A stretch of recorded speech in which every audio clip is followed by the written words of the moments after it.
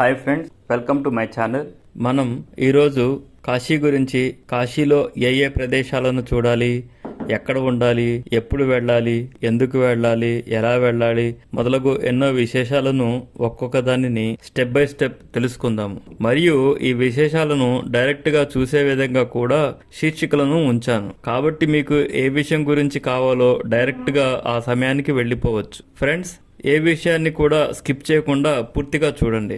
మొదటిసారిగా కాశీకి వెళ్ళే వారికి, ఇప్పటికే చాలాసార్లు కాశీకి వెళ్ళి ప్రస్తుతం విశ్వనాథ్ క్యారిడార్ని పూర్తిగా నిర్మించిన తర్వాత కాశీలో పరిస్థితులు ఎలా ఉన్నాయి అని తెలుసుకోవాలనుకునే వారికి, ప్రస్తుత కాల పరిస్థితులలో ఎక్కడ ఉండాలి అని తెలుసుకోవాలి అనుకునే వారికి ఈ వీడియో చాలా బాగా ఉపయోగపడుతుంది. అందుకే మీ ఫ్రెండ్స్కి కూడా షేర్ చేయండి. కాశీలో చూడవలసిన ఆలయాలు: విశ్వేశ్వర స్వామి ఆలయం, కాశీ అన్నపూర్ణేశ్వరి ఆలయము, కాలభైరవ స్వామివారి ఆలయము, విశాలాక్షి అమ్మవారి ఆలయము, వారాహి అమ్మవారి ఆలయము, గవ్వలమ్మ తల్లి ఆలయము, మణికర్ణికా ఘాట్, డోండి గణపతి, చింతామణి గణపతి, సాక్షి గణపతి. ఈ విశేషాలను ఈ వీడియోలో మీకు చూపిస్తాను.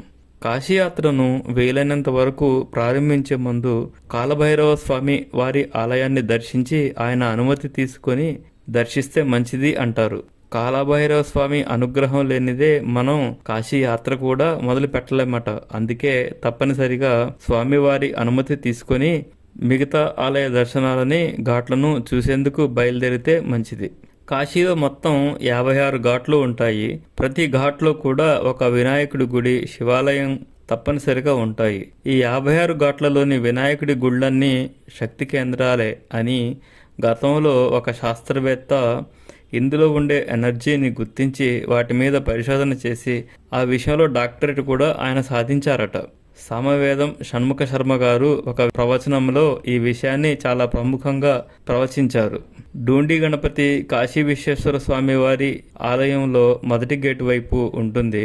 అన్నపూర్ణేశ్వరి అమ్మవారి ఆలయాలు మరియు సాక్షి గణపతి ఆలయాలు మరొక గేటు వైపు ఉంటాయి. అయితే ఎంత మనం అనుకున్నా, ఎంత ఈ ఆలయాలు ఎక్కడ ఉన్నాయి అని ముందల్లా ప్రీ ప్లాన్ వేసుకున్నా కానీ అక్కడికి వెళ్ళిన తర్వాత అంతా కన్ఫ్యూజ్ అవుతుంది. అందుకోసమే ప్రతిసారి కూడా మనం విచారించుకొని వెళ్తే ఒకదాని తర్వాత ఒకటి దర్శిస్తే సరిపోతుంది. కాశీ విశ్వేశ్వర స్వామి వారి ఆలయం ఇప్పుడు విశ్వనాథ కారిడార్లో ఒక భాగంగా ఉంది. ఎంత కారిడార్ ఇంప్రూవ్ అయినా కానీ ఇంకా విశాలాక్షి అమ్మవారి ఆలయాన్ని, డోండి గణపతి, సాక్షి గణపతి, విశాలాక్షి అమ్మవారి, వారాహి అమ్మవారి, కాలభైరవ స్వామి వారిని ఇలా ఆలయాలకి వెళ్ళాలి అంటే మాత్రం ఆ ఇరుకు సందుల నుండే వెళ్ళవలసి వస్తుంది. ప్రస్తుతం సాంకేతిక వ్యవస్థ సదుపాయాలు ఎంత అభివృద్ధి అయినా కనీసం 1 నుండి 2 కిలోమీటర్ల దూరం నడవాల్సిన పరిస్థితి.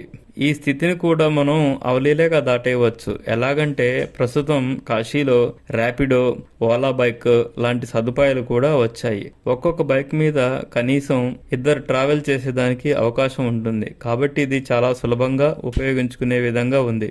మనం బస ఉన్న ప్రదేశం దగ్గర నుండి ప్రత్యేకంగా ఏ ఆలయానికి కావాలో ఆ ఆలయానికి డైరెక్ట్గా కూడా బుక్ చేసుకోవచ్చు. 2 కంటే ఎక్కువగా ఉన్నారు అనుకుంటే 2 బైక్స్ కాల్ చేసుకుని బుక్ చేసుకోవచ్చు. ఎలక్ట్రిక్ ఆటోలు కూడా ఉన్నాయి. కానీ ఎలక్ట్రిక్ ఆటోలలో మనం వెళ్తే కనీసం కొద్ది దూరమైనా నడవాల్సిన పరిస్థితి ఉంది. లోకల్ ఆలయాలను చుట్టి రావడానికి ప్యాకేజీ లాగా మాట్లాడుకుంటే చాలా సులభంగా ఉంటుంది. కానీ కాశీ లాంటి మహాపుణ్యక్షేత్రంలో కనీసం 15 నుంచి 20 నిమిషాలు అయినా ఏ క్షేత్రంలోనైనా సరే కూర్చొని ధ్యానం చేయగలిగితే అది చాలా అద్భుతంగా మనకి జీవితాంతం గుర్తుండే పోతుంది. అందుకోసమే కనీసం ధ్యానం చేసే తీరిక ఉంటే మనకి మంచిది. ఇక బస గురించి మనం తీసుకుంటే కేదార్ ఘాట్ సమీపంలో చాలామంది తెలుగు మాట్లాడేవారు మనకి తారసపడతారు. తారకరామ ఆంధ్ర ఆశ్రమం మరియు సైకిల్ స్వామి వారి ఆశ్రమం ఈ ఘాట్ దగ్గరే ఉంటాయి. సైకిల్ స్వామి వారి ఆశ్రమంలో బస కొంచెం పూర్వకాలపు ఇళ్లను తాపిస్తుంది. ఈ ఆశ్రమాలన్నీ నిర్మించి చాలా సంవత్సరాలు అవుతుంది కాబట్టి పాతకాలం ఇళ్లలాగానే మనకి కనిపిస్తాయి. కానీ ఆహారం మాత్రం చాలా బాగుంది. తారక రామాంధ్ర ఆశ్రమంలో అన్ని రకాలైన బసలు మనకు లభిస్తాయి. అంటే బ్యాచిలర్ అకామిడేషన్ నుండి మొదలుకొని ఇద్దరు ఉండేదానికి, ముగ్గురు ఉండేదానికి మరియు నెల మొత్తం ఉండేదానికి వేర్వేరు పరిస్థితులకు తగిన విధంగా మనకు గదులను రిజర్వ్ చేసుకోవచ్చు. అక్కడ ఉండే గదులు మాత్రమే కాక మనం రిక్వెస్ట్ చేస్తే వారికి అఫిలియేటెడ్ గా ఉన్న మరికొన్ని భవనాలలో వసతి కూడా మనకి కల్పిస్తారు. ఎందుకంటే ఒక్కొక్కసారి ఆ ఆశ్రమం ఫుల్ అవుతుంది. ఆ ఏరియాలో మనకి రూములు లేవు అంటే వాళ్ళకి సమీపంలో ఉన్న భవనాలలో కూడా మనకి వసతిని సేమ్ అదే విధంగా కల్పిస్తారు. ఇంకా ఎన్నో ప్రైవేట్ ఆశ్రమాలు, లాడ్జీలు అన్ని కూడా అన్నపూర్ణేశ్వరి, కాశీ అన్నపూర్ణేశ్వరి, సాయి అన్నపూర్ణేశ్వరి ఇలా వేరువేరు పేర్లతోటి మనకి చాలా కన్ఫ్యూజన్ గా ప్రతి ఆశ్రమం కూడా నిజమేనేమో అన్నంత ఇదిగా కనిపిస్తూ ఉంటాయి. వాస్తవానికి ఇవి కూడా ఎవరో దాతలు ఎప్పుడో ఒకప్పుడు ఏర్పాటు చేసిన సత్రాలే. మనం తగు విధంగా బార్గెయిన్ చేస్తే ఒక మనిషికి 150 రూపాయల నుండి 250 రూపాయల దాకా బస ఛార్జీలు ఉంటాయి. కొన్ని సత్రాలలో అయితే మధ్యాహ్నం మరియు సాయంత్రకాలాలలో కూడా భోజనం ఉచితంగా ఇస్తారు. గతంలో కాశీలో చాలా మోసం అనేటట్టుగా ఉండేది, కానీ ప్రస్తుతం ఆ సిచ్యువేషన్ లేదు. మేము దాదాపుగా 7 రోజులు ఉన్నాము. ఎక్కడ కూడా మోసానికి సంబంధించిన ఆనవాళ్లు కూడా మా దరి చేరలేదు. మరి కేదార్ ఘాట్ దగ్గర అయితే విశ్వనాథ శాస్త్రి అనే పండితుల దగ్గర నుంచి మొదలుకొని అన్ని రకాలైన కార్యక్రమాలు కూడా తెలుగువారి ద్వారానే నిర్వహించుకున్నాము. ప్రతి దానికి కూడా ఒక ప్యాకేజ్ ఉంటుంది. జాగ్రత్తగా ముందు సెట్ చేసుకోవాలి. పితృ కార్యక్రమాలకు దాదాపుగా 2000 దాకా తీసుకున్నారు. పంతులు గారు ఒక 1000 రూపాయలు మాత్రమే తీసుకుంటే మిగతావి మేము బ్రాహ్మణ భోజన ఖర్చుల కింద ఇచ్చాము. అందుకే పితృకార్యాలకి దాదాపుగా 2000 కంటే ఎక్కువ అవ్వట్లేదు. అయ్యవారితోటి మీరు సెట్ చేసుకునేటప్పుడు వారి పారితోషికం మరియు బ్రాహ్మణ భోజనాలతో సహా అని తెలుసుకొని చేయండి, సరిపోతుంది. మేము వెళ్లిన సమయంలో గంగా నదుల ప్రవాహం ఎక్కువగా ఉండటం వలన బోటింగ్ చేయటానికి కుదరలేదు. కానీ వేర్వేరు ఛానల్స్ వారు ఇచ్చిన సమాచారం ప్రకారం సాయంత్రం 4:30 గంటలకి బోటింగ్ మొదలు పెడితే గంగా హారతి సమయంలో బోటు నుండి గంగా హారతిని చూసే విధానంగా ప్లానింగ్ చేసుకుంటే మంచిది. కాశీకి ఎప్పుడు వెళ్ళాలి? కాశీని వర్షాకాలంలో వరదలు ముంచివేసినప్పుడు దర్శిస్తే ఘాట్లన్నీ మునిగిపోయి ఘాట్ల అందాన్ని మనం పూర్తిగా చూడలేము. కాశీని మనం డిసెంబర్ నుండి ఫిబ్రవరి నెలలలో దర్శించుకుంటే గంగా ప్రవాహం సంబంధించిన వరద తక్కువగా ఉంటుంది కాబట్టి ఇది మంచి సమయం. దీపావళికి కాశీని చేరుకుంటే చాలా అద్భుతంగా ఉంటుంది. ఈ సమయంలో ఘాట్లన్నీ వరద నీరు లేకుండా మనకి పూర్తిగా దర్శనమిస్తాయి. సాధారణంగా అన్ని ఘాట్లు తిరగటానికి మనకి అరగంట కంటే ఎక్కువ పట్టదు. కానీ విడివిడిగా మనం రోడ్డు ద్వారా ఘాట్లను సందర్శించాలంటే మాత్రం చాలా ఎక్కువ సమయం పడుతుంది మరియు ఎక్కువ ఖర్చు కూడా అవుతుంది. ప్రతి ఘాట్లో ఉన్న సూర్య దేవాలయాలను మరియు గణపతి ఆలయాలను సందర్శిస్తే మంచిది. కాకపోతే మీకున్న సమయ సౌలభ్యాన్ని బట్టి జాగ్రత్తగా ప్లాన్ చేసుకోండి. కాశీ అన్నపూర్ణేశ్వరి ఆలయంలో తప్పనిసరిగా మీరు చేరుకున్న సమయాన్ని బట్టి బోధన కార్యక్రమాలను ఖచ్చితంగా చేయండి, మిస్ కాకుండా. అద్భుత ప్రసాదం అది. కాశీ విశ్వేశ్వర స్వామివారి ఆలయానికి ఇప్పుడు రద్దీ చాలా ఎక్కువగా ఉంది. ఇదివరకటిలా స్వామివారిని ముట్టుకోవటానికి అంటే స్పర్శ దర్శనానికి అనుమతి ఉండటం లేదు. ఇది కేవలం కొన్ని ప్రత్యేక సమయాలలో మాత్రమే అలౌ చేస్తున్నారు. కాబట్టి సమయాన్ని ప్లాన్ చేసుకుని ఏ సమయంలో దర్శనం ఉందో తెలుసుకొని ఆ సమయంలో మాత్రమే దర్శనం చేసుకునే విధంగా ప్లాన్ చేసుకోండి. కాశీ విశ్వేశ్వర స్వామి ఆలయంలో జ్ఞానవాపి మసీదుకు ఎదురుగా ఉన్న నందిని జ్ఞానవాపి మందిరాన్ని కూడా ఒకసారి పరికించండి. స్వామివారి ఆలయంలో కనీసం 15 నిమిషాలన్నా కూర్చొని ధ్యానం చేసుకునే విధంగా ప్లాన్ చేయండి. ఒక 2 సార్లు క్యారిడార్లో ఉండే వేరువేరు ప్రదేశాలను, ఆలయ యొక్క అందాన్ని తనివితీరా చూడండి.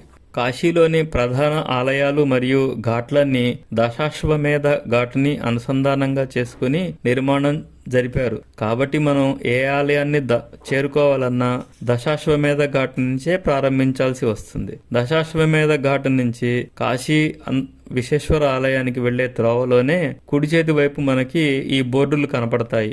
ఈ బోర్డులో మీరు స్పష్టంగా తెలుగులో రాసి ఉండటాన్ని కూడా గమనించవచ్చు. చాలా క్లియర్ గా ప్రతి మలుపు దగ్గర కూడా ఈ బోర్డులు కనపడతాయి. ముందుగా విశాలాక్షి అమ్మవారి ఆలయం, ఆ తర్వాత వారాహి అమ్మవారి ఆలయాలు వస్తాయి. ఈ రెండు కూడా వేరువేరు సందులలో ఉంటాయి. ఒక్కొక్కసారి మనం ఆలయాన్ని దాటి ముందుకు కూడా వెళ్ళిపోతాం. అంత పేరు ప్రఖ్యాతి పొందిన ఆలయాలు చాలా సింపుల్ గా కనపడతాయి మనకి. వారాహి అమ్మవారు కాశీ పట్టణానికి గ్రామ దేవత అట. ఈ అమ్మవారు చాలా ఉగ్ర రూపంలో ఉంటుంది. డైరెక్ట్ గా చూసిన కొంతమంది మతి స్థిమితం తప్పి అన్కంట్రోల్ గా అవటం వలన అమ్మవారిని డైరెక్ట్ గా చూపించరు. మొదటి అంతస్తు నుంచి 2 రంధ్రముల ద్వారా మాత్రమే చూపిస్తారు. ఒక రంధ్రం నుంచి చూస్తే అమ్మవారి కాళ్ళు కనపడతాయి. మరొక రంధ్రం నుండి చూస్తే అమ్మవారి తలలో కొంత భాగం మాత్రమే కనపడుతుంది. వారాహి అమ్మవారు రాత్రంతా నగర వీధుల్లో కాపలాగా ఉంటారట.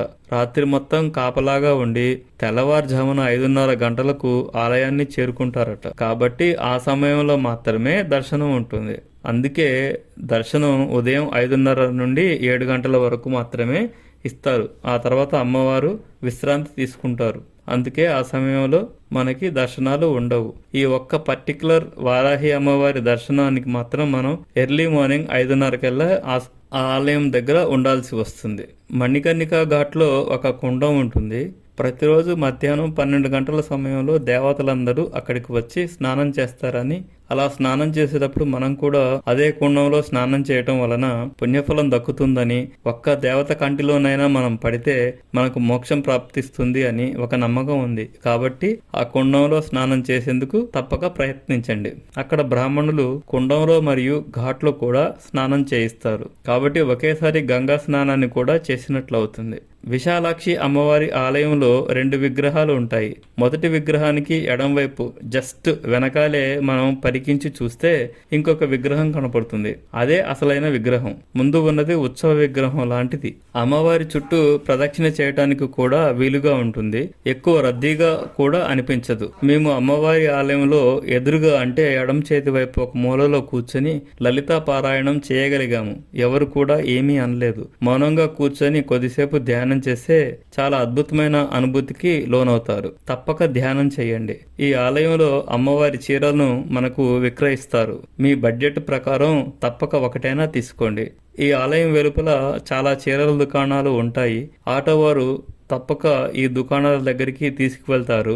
జాగ్రత్తగా బార్గెన్ చేసి తీసుకోండి. అమ్మవారి కుంకుమను జాగ్రత్తగా తీసుకొని ఇంటికి తీసుకువచ్చి నిత్యం ధరిస్తే మంచిది. కాలభైరవ స్వామి ఆలయం చుట్టూ ప్రదక్షిణ చేసే విధంగా ఉంటుంది. అయితే ఈ ప్రదక్షిణ ప్రాకారంలో మనకి నెమలితో చేసిన చిన్న కొరడా లాంటి వాటితో చాలా మంది కనపడతారు. దానితో వీపు మీద కొడుతూ ఉంటారు. ఇలా చేస్తే యమలోకంలో మనం భవిష్యత్తులో అంటే యమలోకంలో అనుభవించే కొన్ని శిక్షలను తప్పించుకోవచ్చు అని ఒక నమ్మకం ఉంది. కాబట్టి ఎవరో ఒకరి దగ్గర ఎంచుకొని దాని ద్వారా వీపు పైన కొరడాతో కొట్టించుకోండి. బయట మనకు కాలభైరవ స్వామికి సంబంధించిన కాశీ దారాలు మరియు వేరువేరు వస్తువులు కనపడతాయి. ఒకవేళ విమానంలో ప్రయాణించే వారైతే ఇంటి ముందు కట్టే ఒక బిళ్ళ ఉంటుంది. ఆ బిళ్ళను మాత్రం తప్పనిసరిగా బ్యాగేజ్లోకి వెళ్లే విధంగానే ప్లాన్ చేసుకోండి. విమానంలో కాక్పిట్ లోకి దీనిని అనుమతించరు. గవ్వలమ్మ ఆలయానికి వెళ్ళినప్పుడు మనకి 4 గవ్వలను ఇస్తారు. ఆ గవ్వలను అమ్మవారికి మీదకు అక్షింతలాగా వేయమంటారు. మనం 3 గవ్వలను మాత్రం వేసి ఒక గవ్వను ఇంటికి తెచ్చుకోవాలి. మర్చిపోకండి. ఈ గవ్వను మన డబ్బులు పెట్టెలో కానీ డబ్బులు పెట్టెలు ఉండే బీరువాలో కానీ ఉంచుకోవాలి. గవ్వలు శ్రీ లక్ష్మీదేవి అమ్మవారికి ఇష్టమైన వస్తువు. వాటిని మన దగ్గర ధనం ఉంచే దగ్గర ఉంచితే ధనలక్ష్మీ దేవత మనకు అనుగ్రహిస్తుంది అని ఒక నమ్మకం. ఇంకా కాశీలో సారనాథ్ దగ్గర బౌద్ధ స్తూపాలను, కాశీరాజు కోటను, బిర్లా మందిరాన్ని, కొన్ని ప్రదేశాలను ప్యాకేజీ లాగా చేసుకొని ప్రత్యేకంగా వెళ్ళవచ్చు. ప్రతి సత్రంలో కూడా వాటికి సంబంధించిన వివరాలు మనకి దొరుకుతాయి. మీరు వెళ్ళాలి అనుకుంటే ఎవరో ఒకరిని సంప్రదించండి. అది చాలా తక్కువ ఖర్చుతో అయిపోతుంది. విడివిడిగా వెళ్తే మాత్రం ఎక్కువ ఖర్చు అవుతుంది. కాశీ చుట్టుపక్కల కూడా గయా, ప్రయాగ, అయోధ్య, నైమిషారణ్యం, హరిద్వార్, కేదార్నాథ్, బద్రీనాథ్ లాంటి వాటికి కూడా ప్యాకేజీలు కనపడతాయి. జాగ్రత్తగా ఎంచుకుంటే మనం ఆయా ప్రదేశాలను చూడవచ్చు.